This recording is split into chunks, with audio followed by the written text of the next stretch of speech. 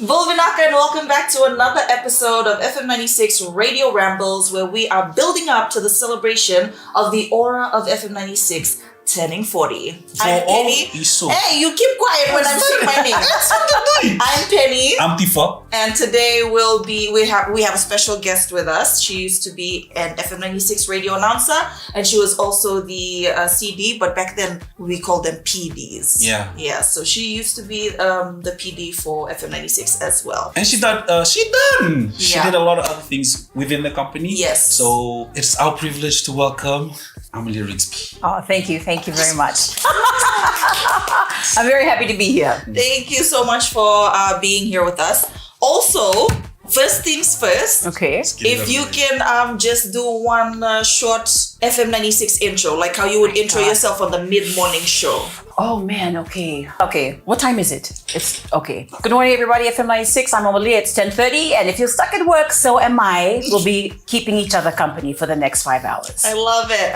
The memories are already flooding back as we speak. Okay, so I feel like we've asked this question a lot, but what was one of your most memorable times on radio that you can tell us, everyone? Maybe the X-rated ones. X-rated? No, maybe not. No. Let's stay away from that one. Start. Man, I don't know. There were a lot. I mean, memorable times on the radio. There was when Catch a Fire came over to Fiji. Yes. Yeah, being able to hang out with them. Right. That was pretty cool. Also, when like Shortland Street, Right. If we were going up Shortland Street was all the thing. Yeah. Especially with my family. Like we moved our prayer time when they moved the time for Shortland Street on air. Oh my God. So when they moved up, we were praying earlier as well. Like that's how serious Shortland Street was in our house. So when I was saying, oh my gosh, I met so-and-so and so-and-so, like they were all amazed. Right. Yeah. You were a superstar at home. We're like, oh yeah, absolutely. Please. Like I didn't wash any dishes or clothes for the longest time. Okay, this is I don't know if I should mention this, but Maya, okay, she had asked if we could ask you this. Okay. But her dad she's actually known as our resident snitch. Great. So she'll be there. So just for context, Mariah is my niece and her dad is my cousin. Yes. So what was it? Sorry, Maya is actually here with us too. What was it that your dad wanted again? He wanted to ask. Well, there was two things. Okay, Right. we'll go with one first. We'll go with the first one, and he wanted to ask how was Amelia able to get rid of or lessen the American accent? Right. Okay. Who was responsible for that? Right. Okay, so when I came for my FM96 audition, I remember one of the things that Charles Taylor told me was like, in order to be a good radio personality, people have to be able to relate to you. Yes. And they can't relate to you if you sound like you just stepped off the plane from LA. Right. Because at that time, I had I did 2 years in international, 4 years at ACS, but my American accent was still quite strong because I had done all of my primary school education in the United States. We moved over there from when I was like 2 years old. So it was just like, so I'd go around the building and ask people, like, how can I get rid of my American accent? And some people, they were quite kind, but all the FM96 game, because there was a back then. they look at me like, here she comes. You got it. somebody come and listen to this Fijian looking girl talking about her American accent. I was like, no, I'm serious. Okay, I'm sorry. Glad to see there's not much has changed. Yeah. You ask for help and they just start doing this like cutting you down and They don't even wait for the body to get cold. They just be like, you're wrong. I think I stopped no more hard R's. Right. Okay. Yeah. So paper. Right. Yeah. Water. Can't. Oh, can't. Oh, I still do that sometimes. Can't. Yeah. How about for me, it's the route. What route are you taking? I don't think I ever had to say that word on air at any time. Yeah, same. You just cut it out of your vocab. Altogether. If I couldn't pronounce it, if I wasn't sure, I'll find another word. Google synonyms. I'll use that. Okay, great. I feel like Radio Rambles is a time when you can out your frustrations. Okay. We've been digging out the dark secrets. Yeah. Right. So during your time as PD, who was that person that if you didn't have gray hair, you started developing? Oh my God, all of them. Yeah. They were all like. Can you name, Like I mean, we're all great friends and everything, but they were all horrible. Every single one of them. I'm trying to think. No, Mary was one. Yeah, I was about to say Mary. No. She was Mary, all of them. Miramoto, man. I remember one time walking into Charles's office. He was still business development manager, and I think he had like the table like this, and he's on his laptop. And I'm walking towards him, and you can tell that I'm just like defeated. I've had enough. I'm gonna hand in my resignation now. Right. So I go in and I sit down at his laptop, and I'm just like, Charles. What do you want? I was like, Charles, I can't do it. I can't do it anymore. I can't do it. These people, they're killing me. And he just slowly puts his laptop down. He's like, karma. Oh! Okay. Okay. All right. I might have to serve that. Yeah, but it was like, oh man, I remember walking into the studio one morning and there was a personality hiding underneath the console. Oh my gosh. And I think he was trying to like panel from under because he was hiding from his partner who was in reception. Right. That's wild. There was another person. Every week, I would get a call from either the Ministry of Education or a school or a principal complaining about stuff that they had done on air. Some other gang, they would finish at 7. They started at 2. They would still be late. It's like, come here. Are you still drunk? How are you still drunk? Like that kind of thing. Oh my gosh, I'm gonna need you to tell this story for everybody. This is one of my favorite stories when we were PP. And it has to do with Drix covering for Joey on the Tonight Show. Oh, because Joey was sick. Yes. And then she called you panicking because he did something on air. So, Drixter was Joey's replacement on air. So if she couldn't make it to the Tonight Show, if she was sick or he or she was on leave, Drixter would take over. And Joey, because she was like, back then, like survey results, they were a very big thing with us. Yeah. So Mervyn did incredibly well on the Tonight Show. Then you had Alex, then you had Tony. But Joey's results her survey results when they came out, they were by far and large the best results that the Tonight Show had ever seen. Right. So she was really serious about keeping those results. When Drixter came on, she would sit there and she would listen, even though she's on leave, wherever she was, drunk or sober, she'd be listening to the Tonight Show to make sure that Drixter didn't, in her words, muck it up. So she calls me panicking one night and she's like, I'm gonna lose all my listeners. Are you listening to this? No, I'm not listening. This is 11 o'clock at night, Joey. Go to sleep. You're on me. No, listen to this. And she cranks up the volume. He's playing Whiskey Lullaby. So I'm just like, oh my God, I want to kill this guy. But like, I'm gonna talk to him. No, call him now. I don't want you to call him now. Call him now. Oh God. What a diva, bro. Yeah, so I call him like, what are you doing? That song clearly says Legend FM. Why are you playing it? Right. Oh, well, it was a request. And I'm like, okay, so if someone asked you for a Hindi song, you'd play it? Oh yeah, I did that the other night. It's like, oh my God. I'm gonna hang up the phone now. I want you to come and see me tomorrow. Okay? When I get off at 2, you better be in my office before 3. All right? He's like, okay. Repeat it back to me. What did I just say? Meet you tomorrow. What time? Oh my God, Drix. But he would like, I don't know. It's just, I think it's who he is. So anybody else, you get called in, you get nervous. Yeah. I could hear him coming in from the front door. Hey, how's it? I'm just sitting there like, and this is Joey. What time is your meeting? I can be here. I'm like, no. You're on leave. God, end it right now. So the whole entire time I'm like, come here, come and stand here. He's like, no, I'm okay. I'll stand here. I'm like, no, come. Don't leave me ask you twice. Come and stand here. He's like, okay. Why did you play with Whiskey Lullaby? So we go into the whole thing. You're not allowed to be doing that. Right. If it says Legend FM, you stick to Legend FM. If it says Naftaran, you leave it on Naftaran. You don't touch the logs. I was like, Marie's waiting for you. She's gonna cut you another one. Yeah. So he's like, okay, boss, I won't do it again. So like, if somebody asks me for a request, what do I do? I'm like, don't play it. Just no more requests allowed. No, none for you at all. He's like, oh, okay. So that means no request. I'm like, oh my God. Oh my goodness gracious. Like a headache fucking door. I don't know how you survived though. Honestly, I don't know how I survived during that time. It was amazing. Love it. I love it. Sorry, I know you're supposed to be doing an interview, but this is going to be by far the most funniest thing.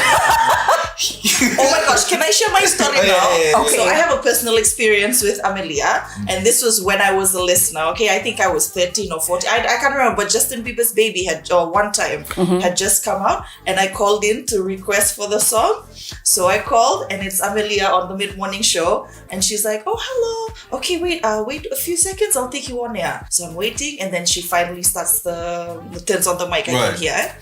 I was like, okay, we have somebody on the line, and what song do you want to request? So I say, oh, Justin Bieber's One Time. Oh, okay, and what's your name? Oh, my name's Penny. Oh, Penny, you sound like a really nice boy. Oh my God! Yes. I am so sorry.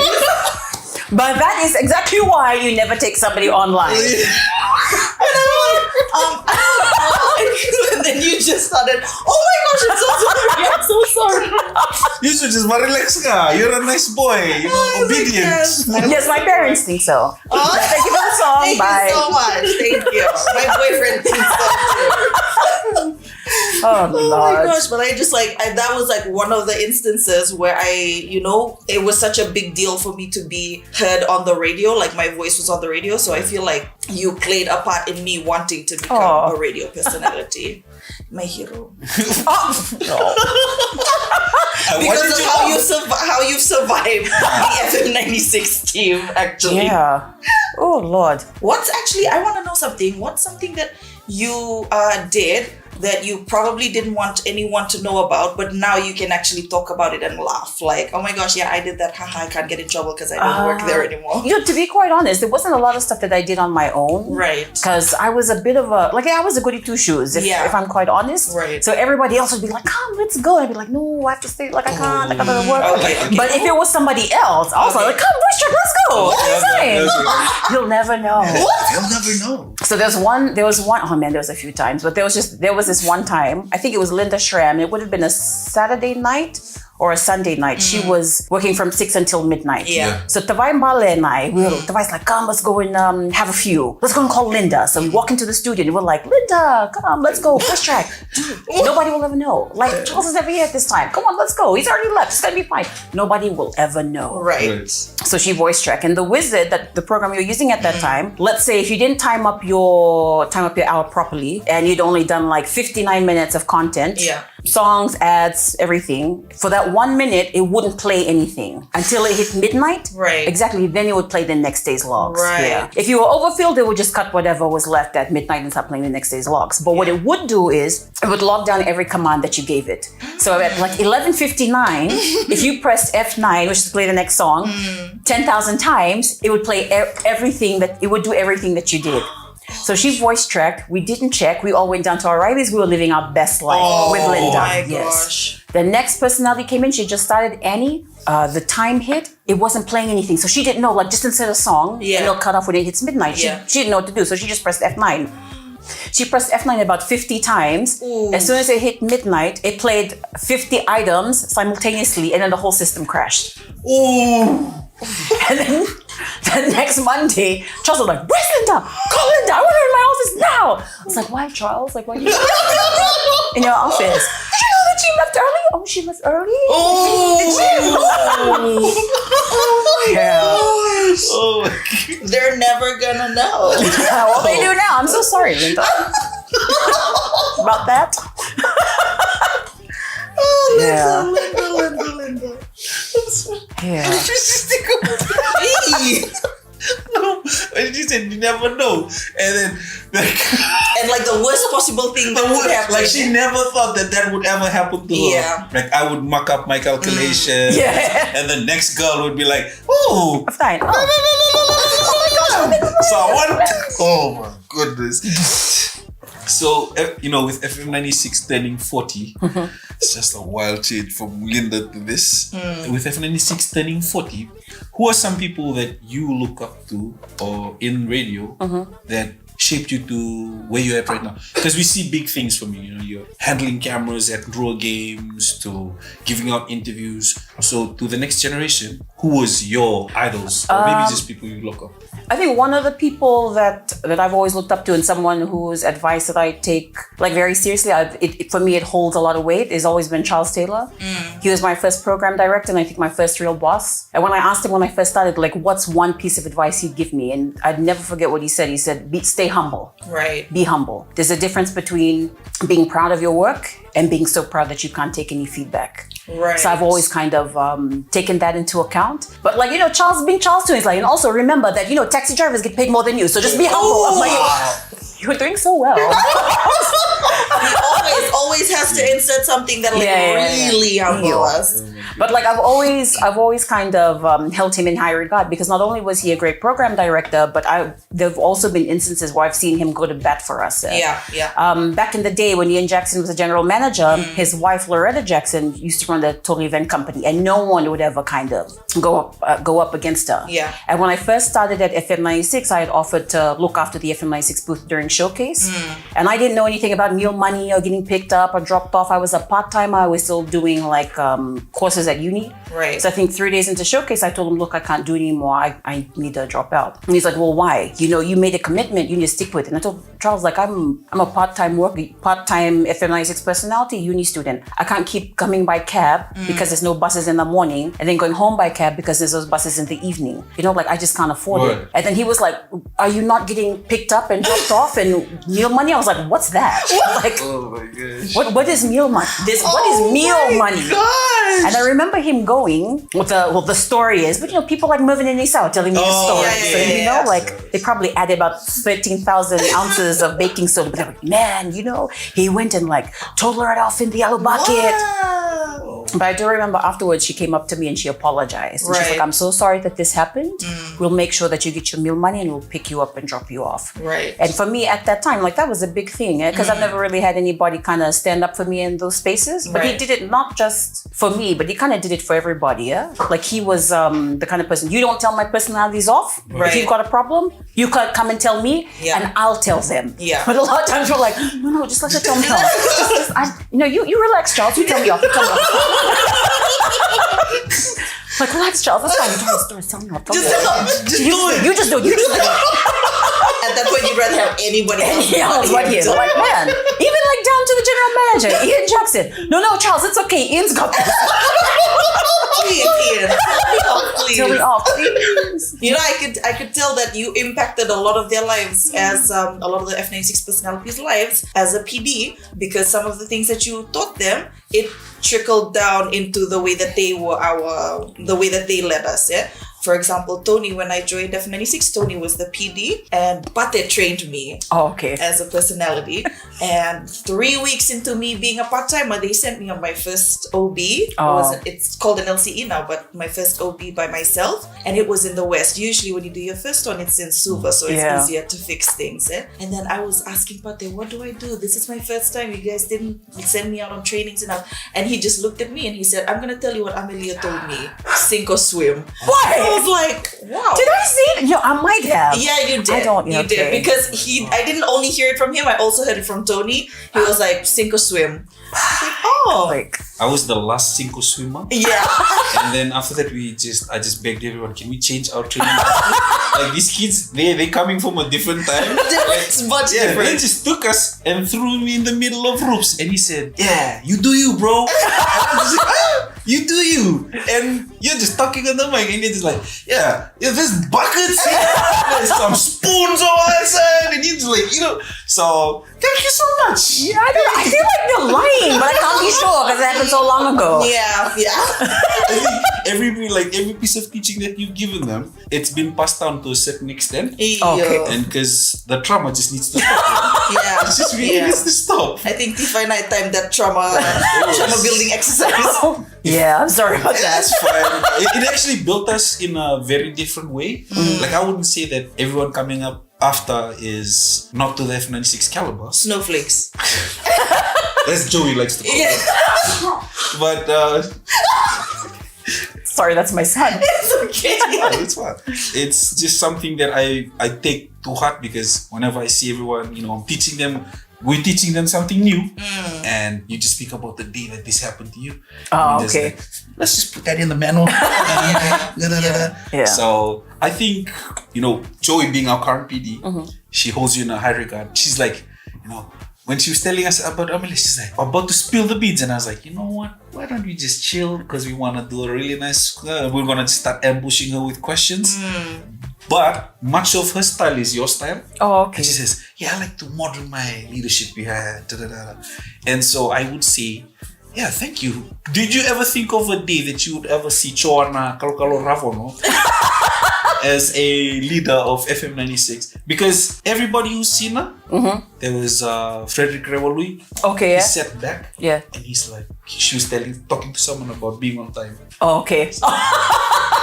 Yeah. It's like, you need to be on time, 1 hour early, And he was sitting back and I was just listening to him. He was like, I never thought the day that Joey would ever say this. Is there sometimes when you're working events and then you see her do her boss moments?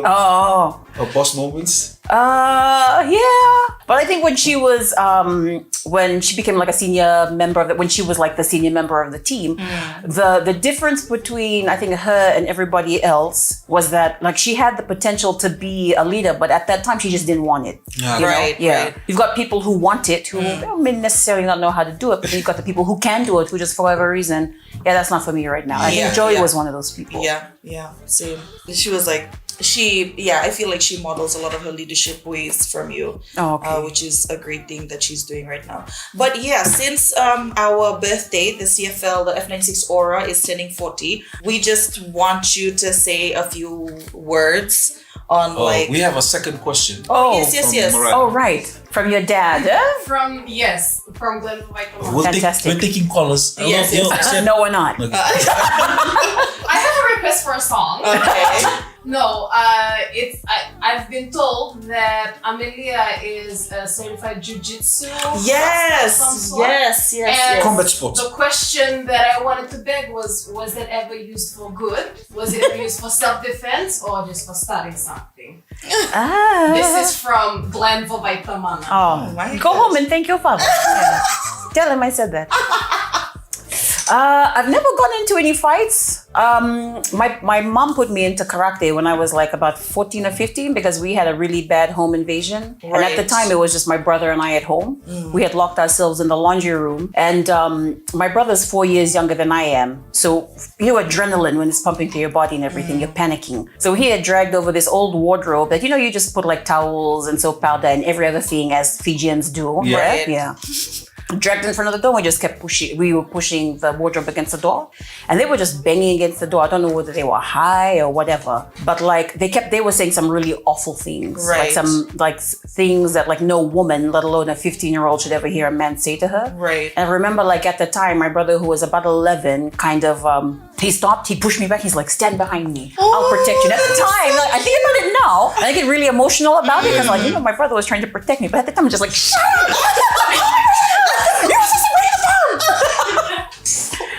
But also, Jiu-jitsu. but it was right after that. It was right after that my mom put my brother and I into karate, Right. and I really liked it. I liked the people that I did it with. I loved my trainer. He's a sensei. He's a Shihan now. He's like a 7th, 8th Dan black belt. Right. And it's always been something that I really appreciated. I've never like gotten into a fight or started anything because there was one time this guy got into a fight at the bus stand and he just had the. Can I? You just did. Okay, all right. I'm so sorry. Luck of the president of the Karate Federation being at the bus stand at the same time. So he takes him, hauls him into a cab, and brings him up to the dojo. Right. And then he not only did he get like his, I think, belt stripped from him. I think 2 belts. So if he was like a black belt, he would have gone back down to maybe blue. But he also had to kind of like fight the seniors. Like, you want to fight? This is what we're gonna do. Yeah. And at the time, like our senseis would only come once a year for you to get your grading. Right. So when you did your grading, I mean, you really gunned for it. Yeah. Because you would know if you had like 12 months or 14 months to kind of prove yourself. So that was the last thing anybody wanted to do, was to lose their belt. Yeah. Was to walk into a room and know like, I'm your senior. No, you're not. Okay. Yeah. Oh, that's so interesting. Ew. So I've never, but I think it was just in school. It was always the threat of people knowing that I might be able to do something. Yeah, so they kind of left me alone. Right. Nice. But I never really kind of did anything because I've got a very bad temper. So Okay. I just kind of stay away from that. I've Plus, got- I don't really like violence. Yeah, true. Violence is bad. Violence is very bad. Wow. Coca-Cola season, it's. Oh, yes. Violence is very bad. And I've caught Joey actually saying that if you don't want to get into a fight with Amelia Rigsby. I said, when will I ever get a fight? Why does she keep saying my name? You know the way that she mentions it? It's like you fight all the time. It's like you're a street don't want- fighter you and don't we wanna have get to into a fight. Yeah. Ooh, you don't. like- you Oh don't my wanna do that. gosh. Firstly, I'll run away. That's just the logical thing to do. We're never gonna get to that point Oh, because man. I am outrunning.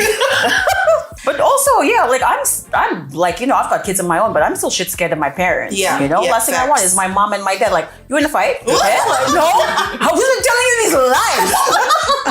I was not. Yeah, so I just I love how you brought love up it. your kids, with such a rich history. FM96, everybody recognizes your voice. How do your kids treat you? Do they ever believe my mom she was her? Oh yeah, no, my kids can't stand it. Yeah, my kids can't stand it. Like, yeah, so my friends think you're cool. What the eye rolling? Yeah. I think I did the first time I was on camera for the Coke Games. My daughter comes home and she's like, "Yeah, that won't be happening. Wow, Okay. it's not about you, mom. You're not doing camera anymore. Why are you even up there? Excuse me, miss, I don't pay anything in this house. That pays the bills. You want doctor? No."